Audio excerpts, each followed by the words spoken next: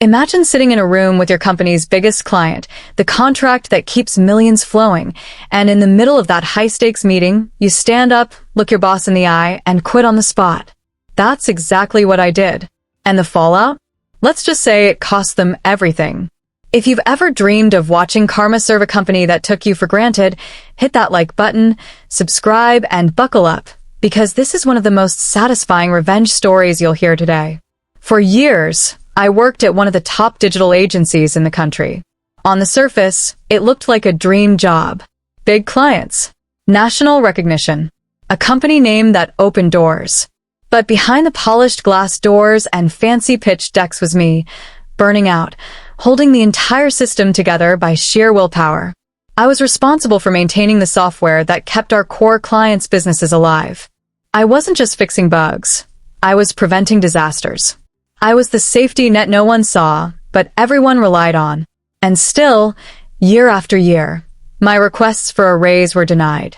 The insult wasn't just financial. It was emotional. Imagine being the backbone of a team, the one keeping clients happy, uptime steady, contracts secure, and your reward is a half smile and, maybe next year.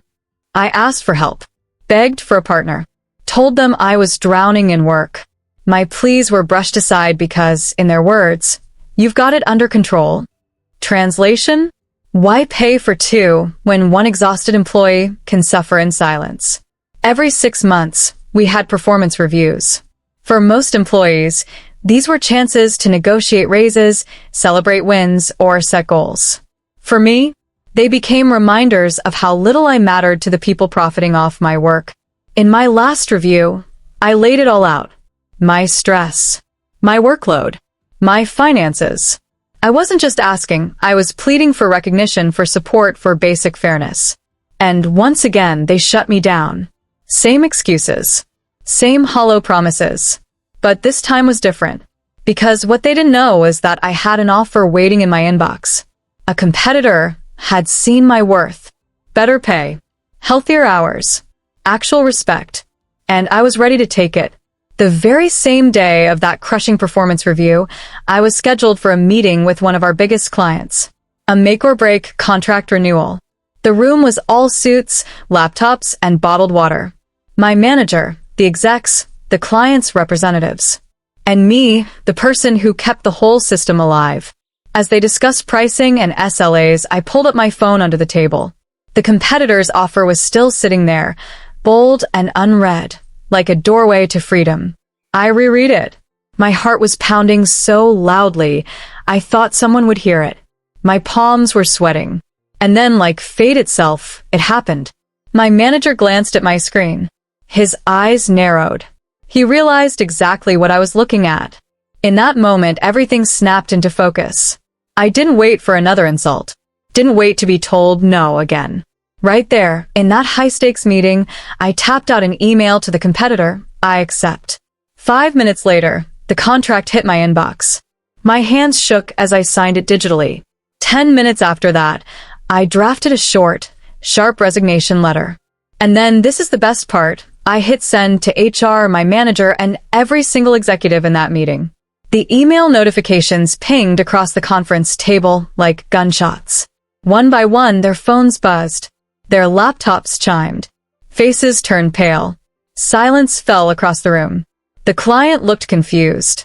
The executives looked horrified. And me? For the first time in years, I felt free. The meeting halted. My manager leaned toward me, his face red. "What the hell do you think you're doing?" he hissed. My voice was steady, even though inside my chest felt like it might explode. "I'm done being taken for granted," I said, looking him dead in the eye. "I've carried this company on my back for years.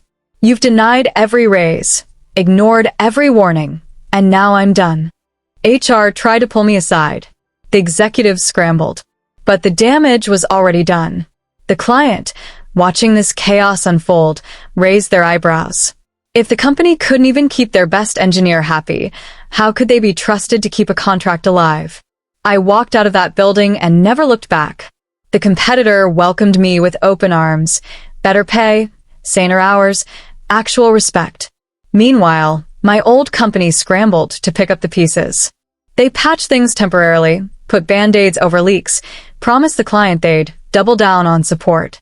The client stayed that year, but the cracks were visible. Without me, their maintenance slipped. Uptime failed. Promises broke. A year later, the client pulled the contract completely. The company that had refused to value me had lost one of its largest revenue streams because it couldn't meet the 99.999% uptime it had promised. Millions of revenue. Trust evaporated. Execs were furious. HR was under fire. My old manager got chewed out in ways I had quietly imagined for years. Standing outside that office with my signed contract and a sense of relief burrowing through the exhaustion, I felt something that wasn't just triumph. It was validation. Not vindictive glee, but the quiet satisfaction of being seen for what I was worth. I don't tell this story to brag. I tell it because it's a reminder. When you do the work, but the world refuses to notice, you don't have to disappear. You can be strategic. You can walk. You can choose yourself. The revenge here wasn't a dramatic sabotage or a public spectacle designed to humiliate. It was simple. I valued myself enough to leave, and the rest unfolded. Would I recommend quitting in the middle of a client meeting as a tactic? Probably not for everyone. It was tense, messy, and could have blown up in my face. But in my situation, after years of being ignored, after pleas for help fell on deaf ears, it was the clearest, most irreversible statement I could make. It forced their hand. It revealed the truth about how disposable they thought I was. Sometimes justice isn't loud. It's the natural consequence of poor decisions compounded by arrogance. Companies that lean on one person without investing in them eventually find themselves exposed. If this story hit a nerve, smash that like button and tell me in the comments, have you ever walked away from a toxic job and watched karma do its work? Share your stories. Subscribe for more true tales where the underdog gets the last laugh.